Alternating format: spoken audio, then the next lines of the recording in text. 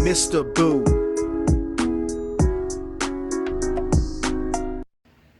Hey everybody, hope you had a wonderful, happy Thanksgiving. It is now the next day early in the morning, and I'm doing this here. I have done a terrible thing to myself.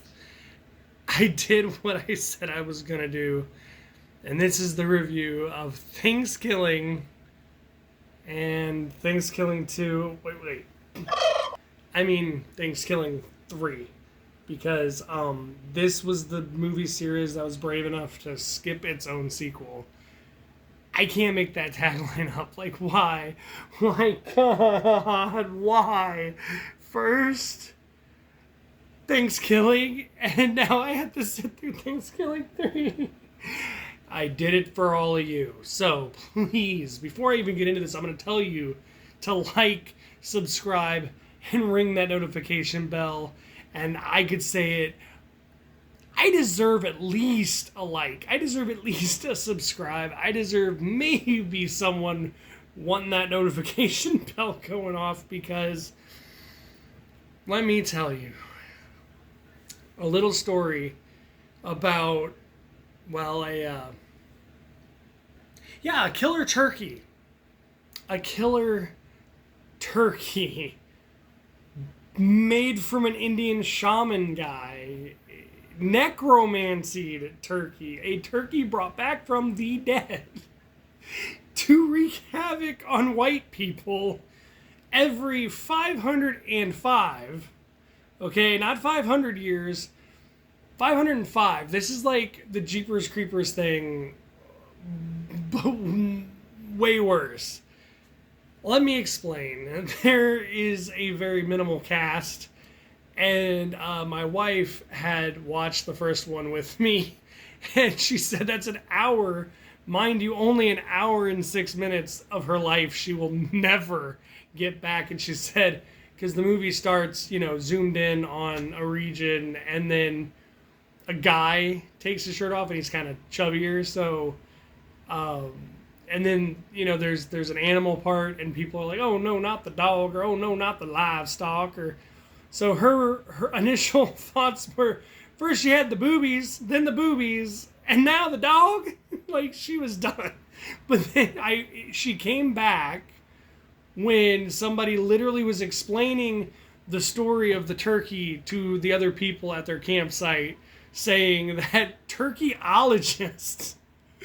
I am not making this up. Turkeyologists have wrote books and have studied and have told tales of this cursed turkey, and that 45 minutes from the time it is in the movie, that it has officially been 505 years. And he had already been brought back, okay? The part with, oh no, not the dog, he'd already been brought back 45 minutes or even longer before that. So it didn't even follow the 505 year thing.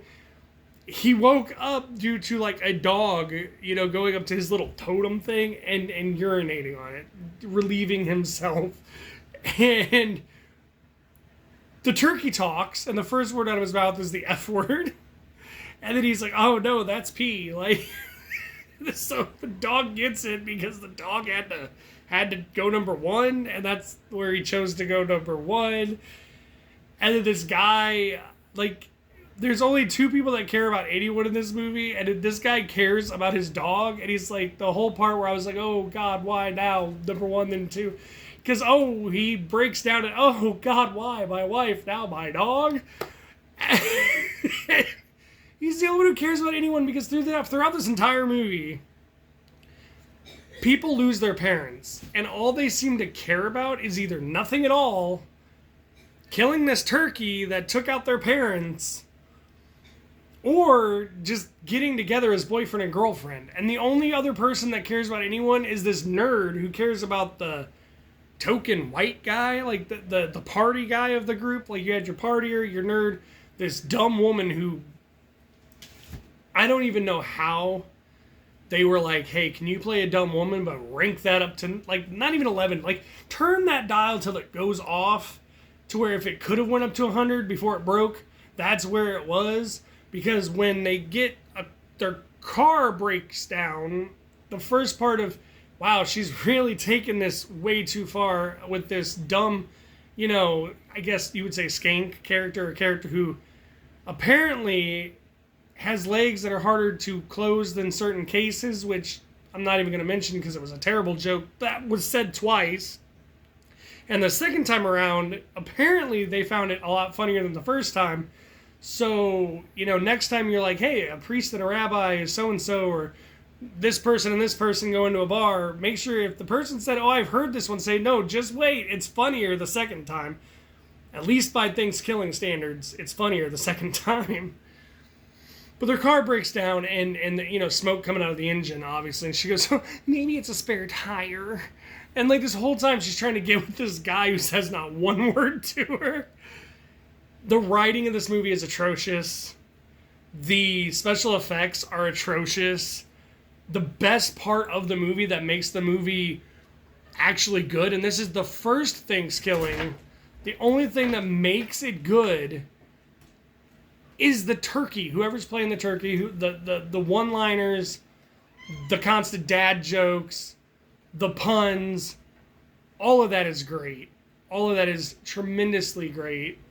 And he makes the movie for what it is. I mean, it's not, you really, I'm saving you time here. If you like dad jokes, if you like pun upon pun upon pun, like word puns, and you like one-liners, sure, why not? It's free on Tubi. This is where I watched it. Tubi, Screambox. There's the places I found it. I watched it on Tubi. Basically, the story is this guy came back 505 years later. This turkey that was summoned by a Indian witchcraft necromancer person comes back, messes with these like 4 or 5 people. Like the cast isn't even big. Takes their parents out. At one part, literally, I can't again make this up, so I will show you the proof. At one part in the movie, takes the person's father and Hannibal Lecters them. Okay, now this is a turkey. This turkey maybe comes up to like your groin area, and he looks like this. And they believe it to be. She's like, oh, daddy, oh, father, oh, does your dad have feathers? Did your dad suddenly become a midget, a dwarf? Like even at the part where the dad meets the turkey, he's wearing this disguise. Yes, the father thinks he is a short person, a child. It's clearly a bird. And then it goes as far as I can't even go into the things that I need to go into here to justify anything, because there is no justifying this movie. It is a pure comedy. There's no horror aspects to it at all. It is purely stupid, unadulterated, sick humor, and not even well executed at times. Like I said, the turkey is the best thing. You could probably look it up on YouTube or anywhere else. Literally, his name's Turkey. So look up Thankskilling, Turkey's best moments. And guess what? You're going to have a lot of time, a lot of brain cells saved. Your eyeballs won't be wanting to literally take themselves out and wash them underwater for what they just witnessed. And you won't lose an entire hour and 6 minutes of your life. For what it was a funny movie that I don't even know how, it's an independent film. I guess college students maybe. I definitely don't see this going into any kind of film fair. I don't even know how it got to where it is. But Thankskilling is, yes, it is about a turkey. An undead turkey that comes back and wreaks havoc. And they even have a surprise ending, like a horror movie. And yeah, it sets up a sequel. So let me talk about the sequel, or the third in the series. It's a little complicated at this part. So let me just say it sets it up for a sequel, which could have been and should have been and would have been, I guess, this Thankskilling 2, no one in space, no one can hear you based. Like making fun of aliens, making fun of all the space things. But anyway, that didn't happen. So let me just transition into the talks of Thankskilling 3 with this guy wrestling a turkey. So yeah, now that you've seen a man wrestle turkey, let's go into the fact that Turkey skipped his own sequel. But apparently it still exists, because I'm not making this up, people. Thankskilling 3, not only being the only movie brave enough to skip its own sequel, is literally based, its summary, its plot is based around a movie that doesn't even exist. But in its universe it exists, and it was such an abomination, and it was so terrible that they literally dumped it in a hole, kind of like Atari supposedly did to E.T., and then set it on fire. One copy, it made it out. One copy survived. These space people, who I'm getting to the cast, they are part of the cast, come down to destroy that last copy and find out that it's now gone. Somehow our female, if you will, female or non-human, puppet. They're all puppets. Let's just say that. But she has a hold of it, and Turkey finds out that there's this one copy existing, and somehow he's part of a family sitcom, has a kid, a wife. It's a whole thing. It's a whole thing. But he finds out that this copy's out there, and the whole movie is based on the fact that he wants to get this movie, show the world, raise Turkey hell on earth, or control people through the movie. I don't know. I lost all interest in what was really happening, and was kind of in a daze, like somebody hit me on the head, and then I took a stroll down Sesame Street while in a comatose psychological freak out, or maybe I ate a magic freaking brownie that I didn't know was a bad brownie, and then I went over to and out to my neighbor's yard and thought everything was puppets, thought I was on Sesame Street. And this is why, because the only two human people in this movie, for the most part, are two brothers who dress like colonial people, wigs and all, and they love Thanksgiving. So their whole dream in this whole movie is to make a theme park based on Thanksgiving. And I'm talking like a mashed potato mountain, a gravy river, not pumpkin pie Ferris wheel. It's Thanksgiving Land or Thanksgiving World or something like that. But they are surrounded by co-stars that, well, let me introduce you to. First up, we have Grandma, who Grandma is a puppet, and she's not only a puppet, but she's a rapper, a rapping puppet. And then let me introduce you to that little puppet that got lucky enough to get that final copy of Thankskilling 2, our final girl, if you will, a puppet. This puppet. And then the space people. The spaceman he's just a human in a really crappy suit, crappy sound effects, doesn't even look metal. But he travels around with this. And I know what you're thinking. Holy crap, censor that. But that is a worm. That is a space worm. Seriously, the whole movie, these people they all come into the house with the people with the wigs because they're showing the puppet what Thanksgiving is all about, and then the aliens are coming to destroy the movie, and then here comes Turkey and his now mutated son, who is part of the movie. His head's out of the case and talking. It's a whole thing. I can't make this up. I seriously, and then there's like an invention the guy made that plucks turkeys, and he forgot about it because he quit using it one night when he sent his wife and kid out for cranberry sauce during a full moon, and he found out that wolves don't only like meat, but apparently cranberry sauce. So, one way that they try to defeat the turkey is putting him in that machine, it spits him out, and then it becomes a whole Evil Dead parody, where he loses an appendage that's not a hand, puts a chainsaw there, and it gets really, really bizarre. Grandma doesn't make it out of that. The brother of the colonial person was the first one to go, and that was bizarre.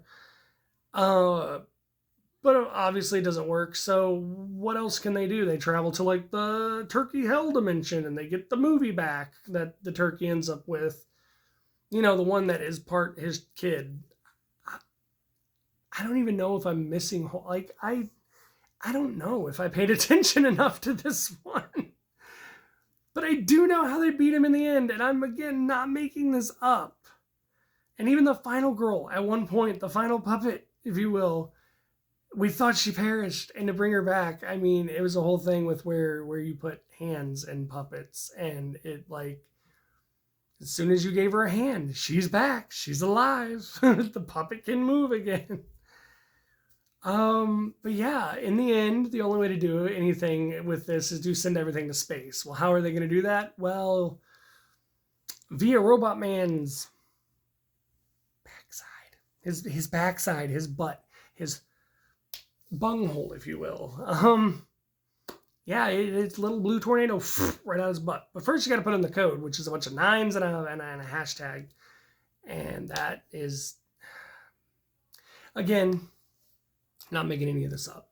Okay, and in the end, apparently the guy starts building his theme park, and the worm is there, and his machine is now part of the robot, and like, because the machine was sentient and had its own thoughts. I'm like, anyway, you'd have to watch it, but don't. Just watch the trailer, save yourself time, and just laugh at the trailer. If you want to watch number 1, go for it. I mean, at least that was an attempt at something. I'm giving them no stars. None. Because even if the first one gained a half a star, the last one was negative half a star. So they get a 0. If I did the math on that right. I don't know, my brain particles, my everything in my brain, my cells, everything gone. That movie took an hour and a half out of my life, together in total 2.5 hours out of my life, and drained me of every part of humanity and everything I had in me. If I was at least street smart, I am very stupid now. I wanted to rip my eyes out, take them out, and wash them under water, and then put them back in, like something you would probably see on like SpongeBob, because my eyes were just exposed to this. But I'm going to finish up here, and I just want to say, first of all, if you've made it this far, and you want to see me destroy my brain cells again, have to wash my eyes with soap and water, and get a little bit more dumber and duller, please, down below in the description, put like a smiley face, a thumbs up, anything, any kind of emote thing that you can, and I will subject myself to as many Ginger Dead men movies I can watch during December, and I will do like a Christmas review on that horrible dreck, starring one and only Gary Busey as, you guessed it, a psycho cookie, a gingerbread cookie man. But anyway, happy Thanksgiving, everybody. And I really, really hope that you never have to subject yourself to this. That's why I did it. And yeah, just don't go down this rabbit hole, because at the end of the rabbit hole is a turkey. And you just, you better like, subscribe, and ring that notification bell for what I just did for you. I'm Mr. Boo, Entertainment Guru, and I just got a couple things to say before I'm out. And that's happy Thanksgiving and gobble gobble, mother